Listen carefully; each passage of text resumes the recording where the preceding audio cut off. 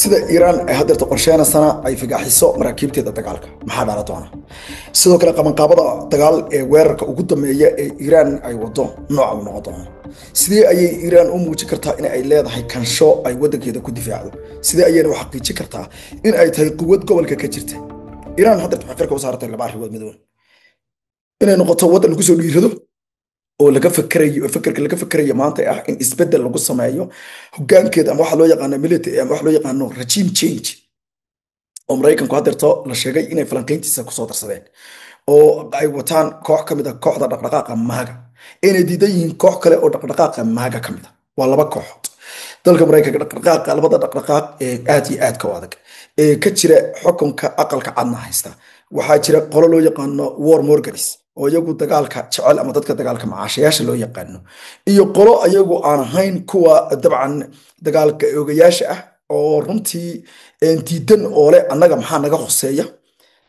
oo leh annaga maxaa naga galay annaga maxaa naga qoseeya maxaan dagaalkan u galaynaa labada kooxood ayaa darti isjiidanaya oo si aad u xogan u socda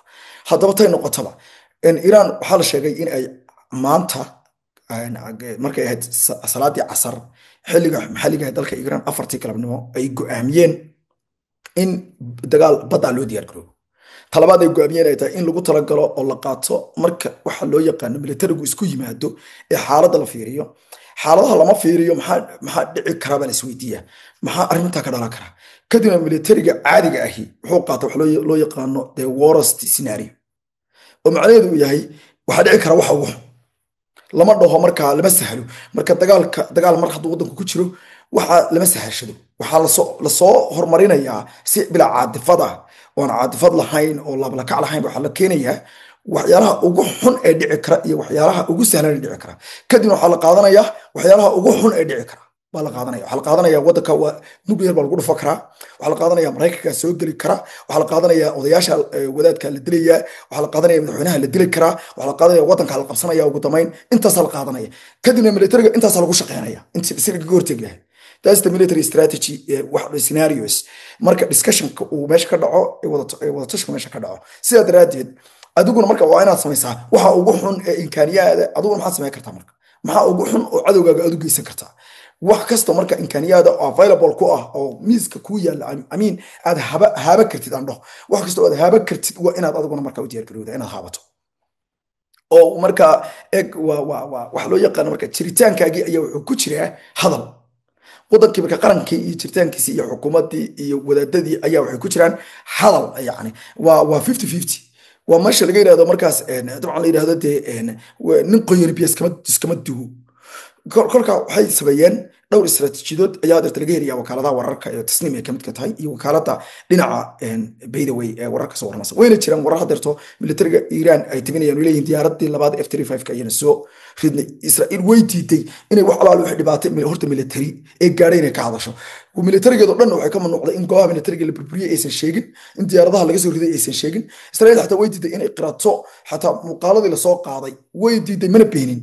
marka arintaasna waxay muujisay sida Israa'iil ay gabi ahaanba u tahay jilicsan marka ay timaado dhinaca warwareynta laakiin Iran bedelka waxay fasaxday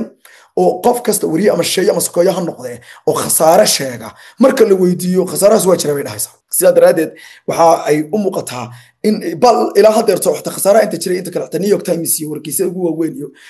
iyo Times of Israel ba qaada dhigaya oo Iran waxa ka jira qadariga dhahay waxaas waxa kuma dhicin halkaas wax ku dhacday kus wararkoodu waxay noqdeen warar la isku hadlay karo mas'uuliyiintoodina waxa loo fasaxay inay wax khasaaraha ay sheegaan si dalka colaad inuu qaato sometimes taas way fiicanta waliba especially dalku markuu dagaal noocan oo kale ku jiro way fiicantahay dadka in la tuso khalista iyo khatarta cadawga in la tuso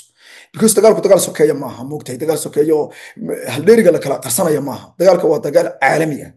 waa dagaal caalami wayna fahanaa moogtay inagu waxaan naqaanaa Soomaaliya inagu baa isdilla سأدراد وحنا نقعنا هنا إنه رير بنمسك كدلي قف ولا لكي سود لي بين نقعنا إنه أما كفانو أما أو قريو لكن this is what geopolitics war وايه وتقال كون كاس كل كا هذا بقى عن إيجو طلبات ميليتري عيدا كبطة أرتا عيدا كبطة إيران أجا كحوج بدن كو إسرائيل sida Israa'iil ay dhinaca cirka uga xoog badan tahay Iran uga xoog badan tahay ama uga sareysa Israa'iil korka ay noqoto gacan sareynta dhinaca ama sea superiority wax loo yaqaan Iran waxa Israa'iil waxa hogaaminaysaa loo yaqaano the air superiority labadaas lagu kala sareeya sida daraadeed sababta uga badan tahay marka uga xoog weyn waa maxay way ka maraakiib badan tahay horta Iran marka koobaad wayna ka ciidan badan tahay marka labaad wayna ka tiknoolajiyad badan tahay laakiin Israa'iil ciidan tiknoolajiyad badeed oo fiican la weerada laakiin marka lagu soo daayo dhowr boqol oo markab oo yar yar oo 400 oo xaba ah oo 200 aan ciidan wadin oo ayagu waxa loo yaqaan drone boats-ka kuwan ayagu iswada ah oo haddana miinooyin iyo balaaya ka buuxdo isqarxinaya markabkii aad ku soo farayareysatay ee aad ku soo samaysay 200 milyan oo dollar ama 500 milyan oo dollar ay kaaga baxday markab yar oo gabigiisu 300 kun oo dollar jooga uu isku qarxiyo isku dhufto ya xun ya khasaare weyn yaana khasaare yar haddii xitaa doonta ay Israa'iil ay diyaarad u dirto ay burburiso intuusan markabka soo gaadhin gantaalka ay ku burburisay baa ka qiimo badan waxa la burburiyey this is the waa dynamic aad baan inaan fahanno sidoo kale aan fiiriyo hadaba dagaalka baddu haddii uu bilowdo maxaa dhici kara aan si kooban kugu soo koobo fahan leh si aad u qaadato markaasi yani hintiska iyo tipiska oo dhan kow Iran waxay ka gudbaysaa maraakiibteeda oo ay ku jalladaysaa ku blogareynaysaa gacanka istaraatiijiga ah ee biyo mareenka muhiimka ee ay marto boqolkiiba quarter baa mara shidaalka boqolkiiba 25 shidaalka caalamka oo dhan therefore ugu yaraan 6 ilaa 8 dal shidaalkood ayaa halkaa mara ayay ku gudbaysaa maraakiibteeda dagaalka waxayna fagaaxi doontaa yacni ay dareeri doonaan ku sii day doontaa oo ay ku fasixi doontaa maraakiibteeda tarbeelka badda oo dhan si ay badda ugu ekaato ceeryaamo isla markaana meel amniya loo waayo oo la maro Israa'iil ay sameeyaan waxayna sidoo kale doomiyada dheereeya ee iswada qaarkood ay yihiin ismidaamayaal waxa loo yaqaano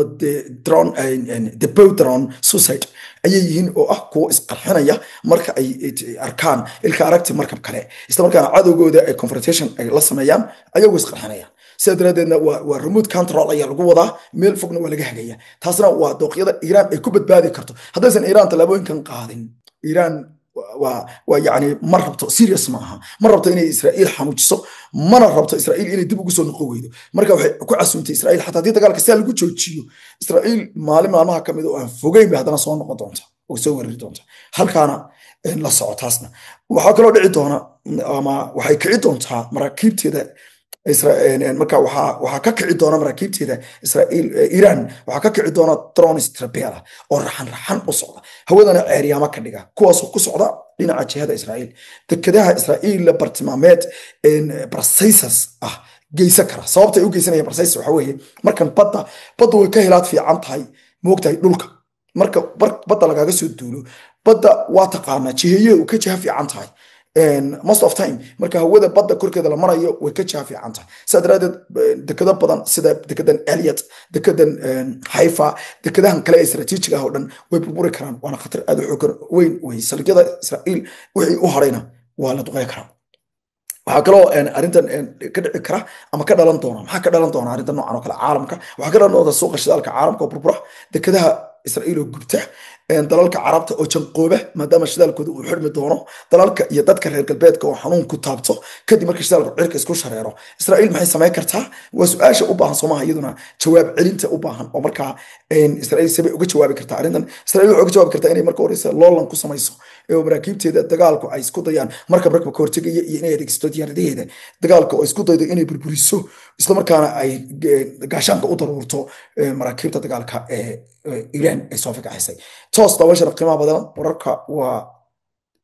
makala joogsanayaan eebaydamkiis waxaan marba markad ma soo dhacaya warar hor la hadda waxaan arkaa warar degdega ila jooga dii eebaydmo ha ka tegin wararka si aad caalamka ula socoto isla markaana warar xaqiiqooyin oo haddana fahman